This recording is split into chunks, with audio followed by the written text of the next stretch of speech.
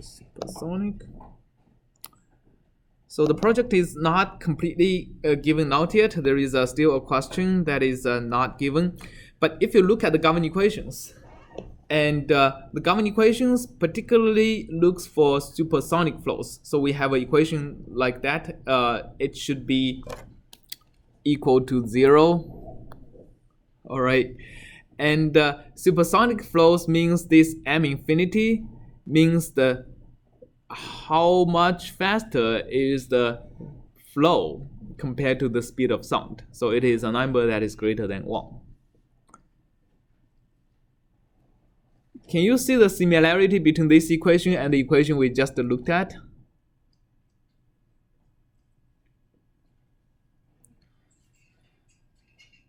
It's similar except for one major difference.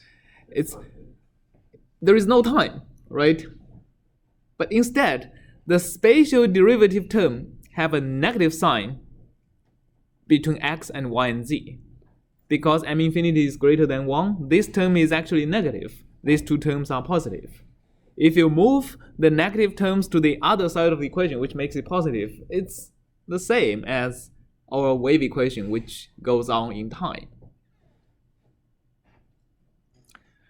So we can perfectly treat this as a time integration differential equation, but like instead of integrating time, we're integrating x.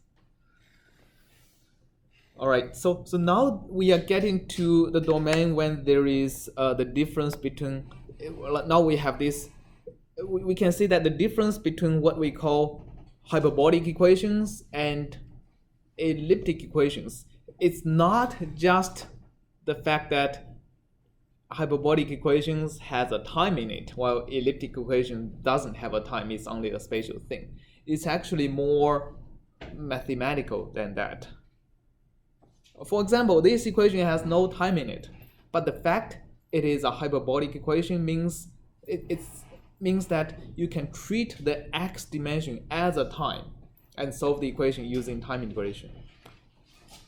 Why is that? This is because the domain of influence of this equation, if you make any perturbation on the particular x, y, z location, so you make it, instead of 0, make it a delta function of x, y, z,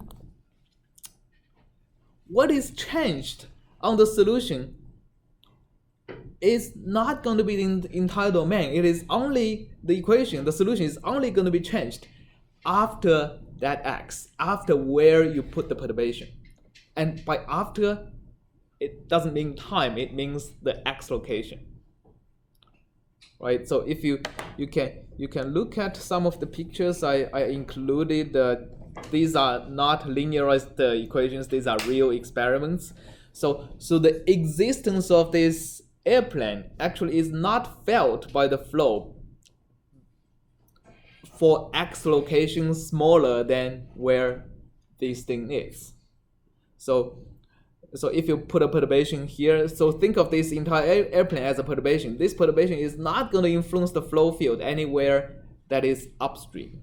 So this is characteristics of a hyperbolic equation, where you can think of one of the dimensions as time, where the domain of influence only happens after that time. Right, several other pictures are like that.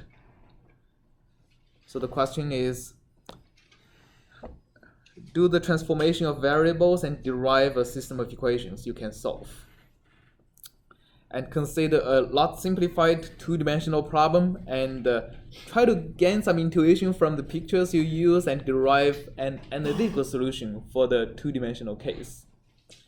And design a solver to solve this two-dimensional, the solver is actually, design a solver for the two-dimensional problem and justify the use of numerical schemes in the solver. And compare the solution with the analytical solution you derived. All right, so play around with some supersonic flow problems.